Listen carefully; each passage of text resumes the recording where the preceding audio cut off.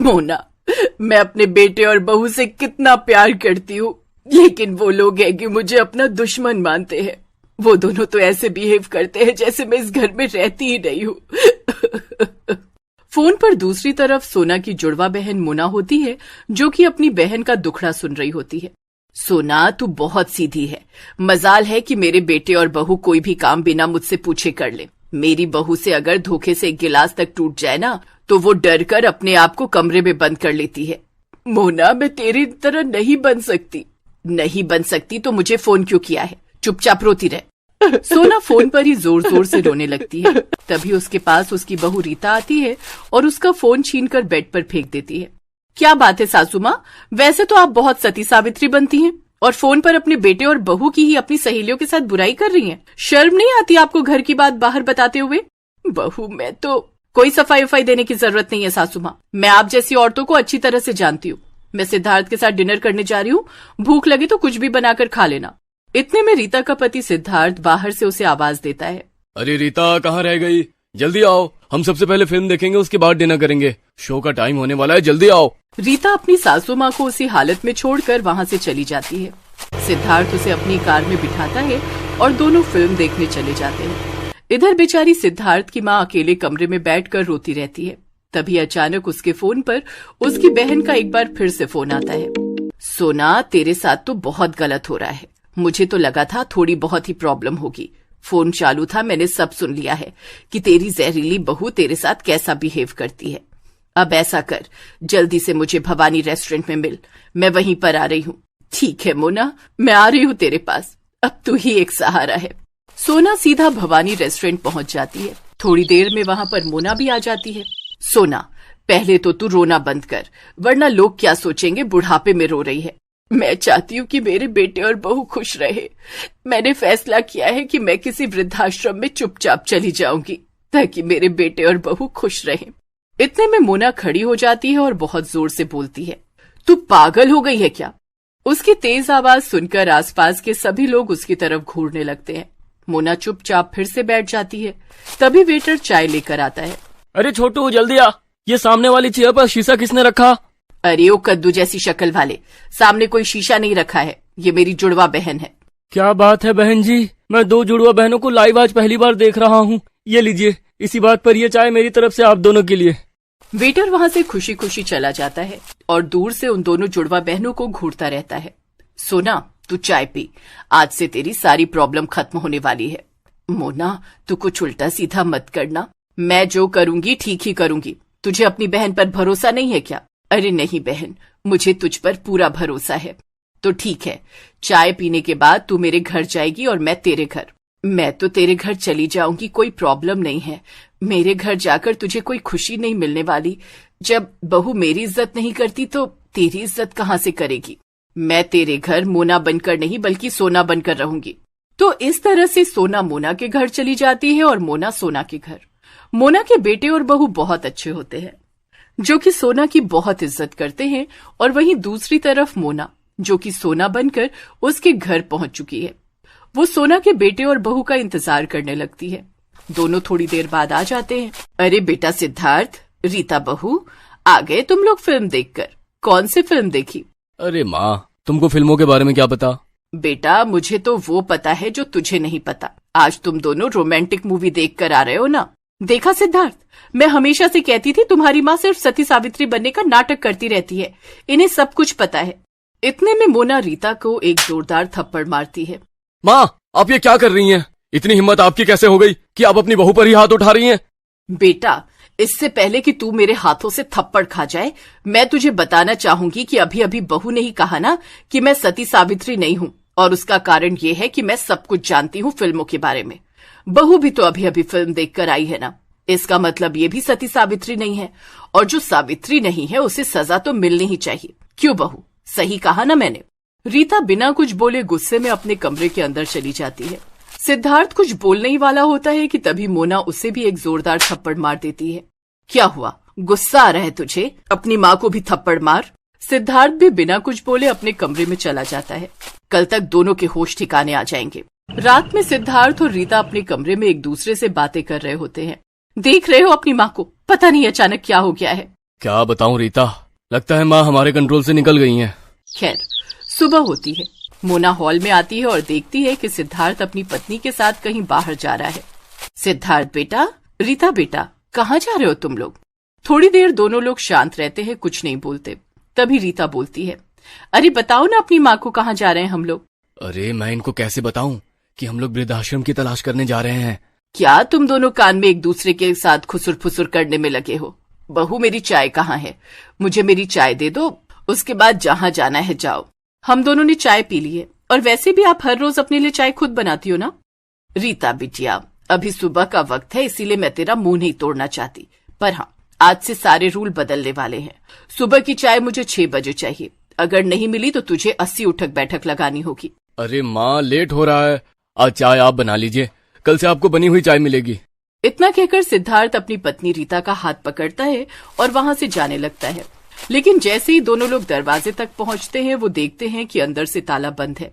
क्या हुआ? तोड़ दे दरवाजा, अगर इतना ही जरूरी काम है तो। माँ को क्या हो गया है अचानक? मुझे वही हो गया है जो बहुत दिनों से तुम लोगों को हो गया था।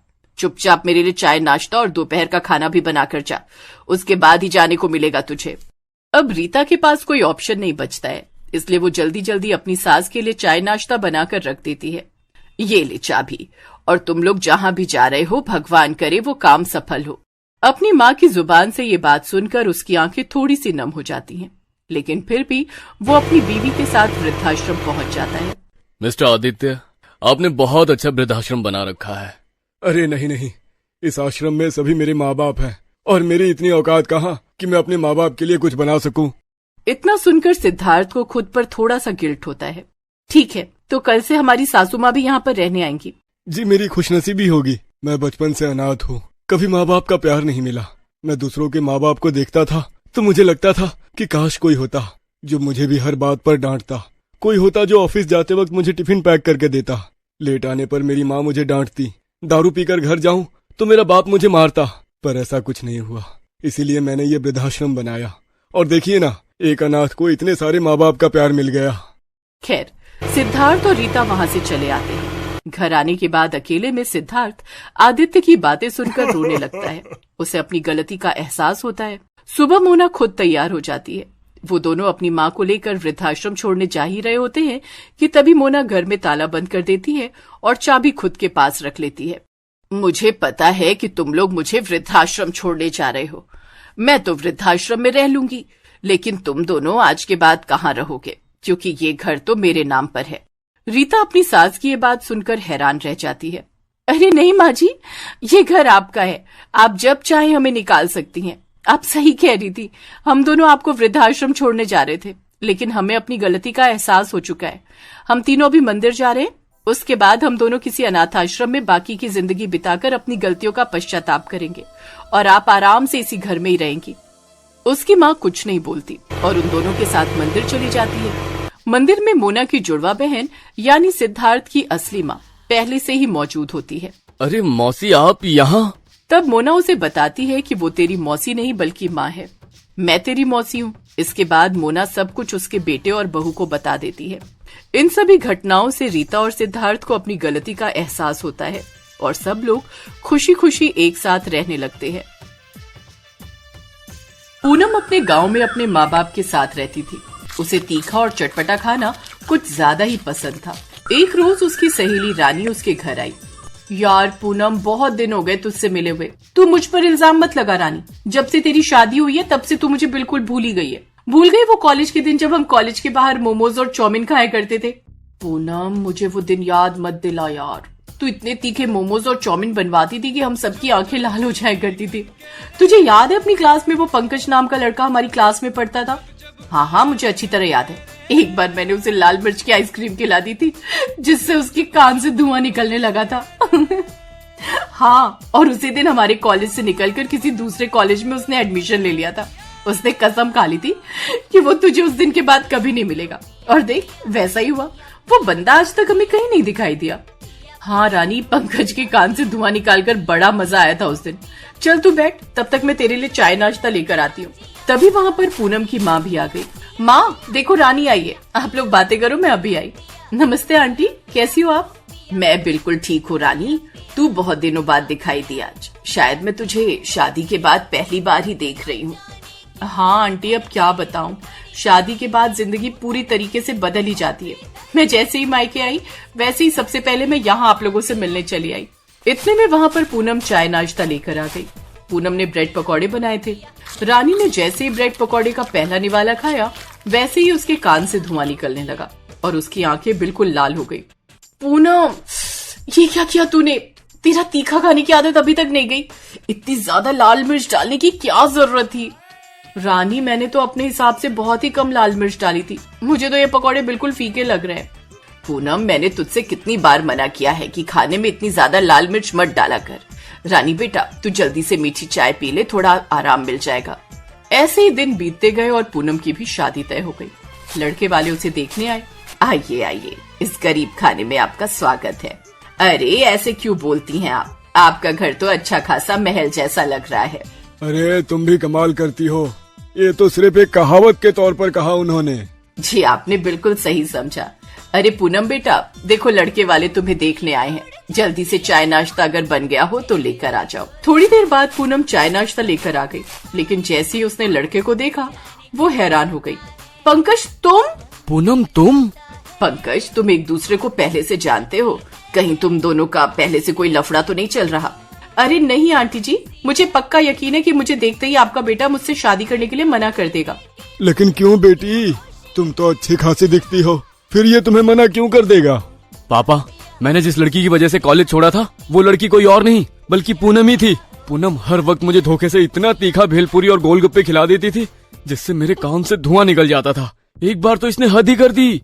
आइसक्रीम में सिर्फ लाल मिर्ची पीसकर इसने डाल दी और मुझे खिला दिया। आपको पता है, मैं बीमार पड़ गया था उस दिन। उसी दिन से मैंने वो कॉलेज छोड़ दिया।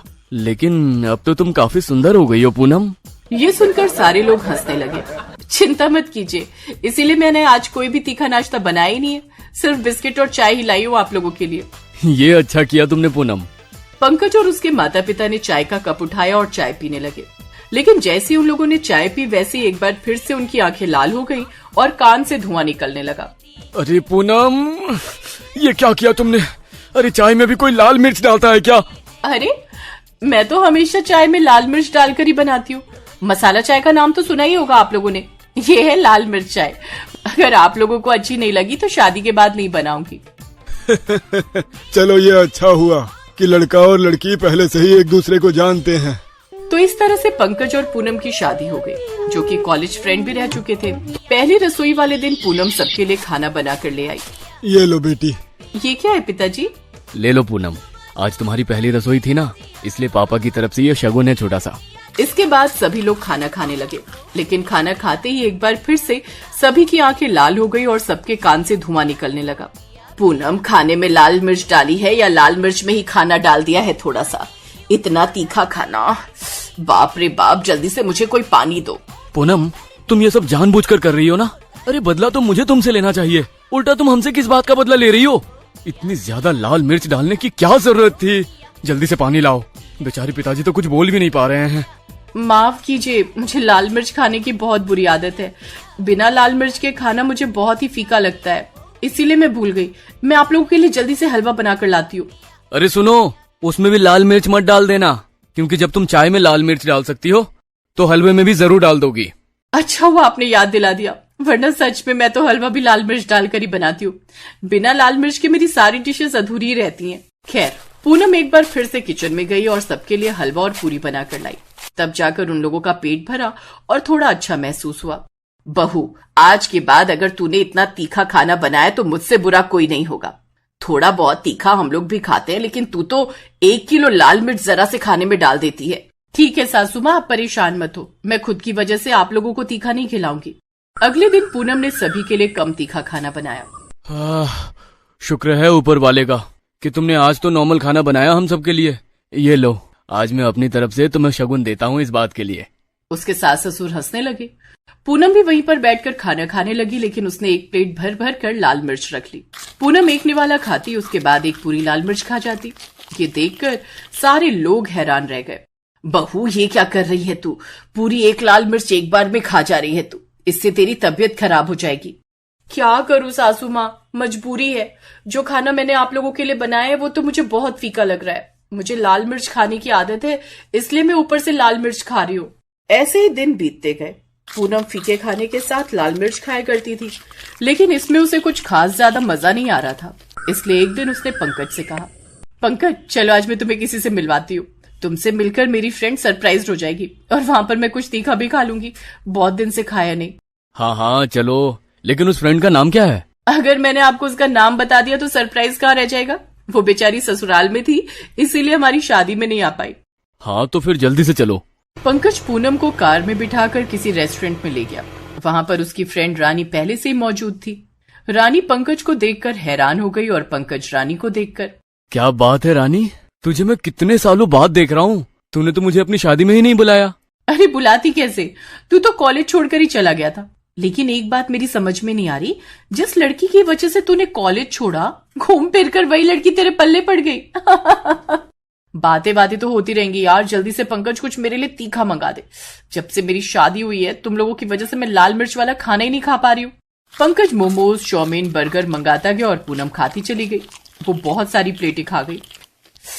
आहा, अब जाकर दिल को थोड़ा सुकून मिला।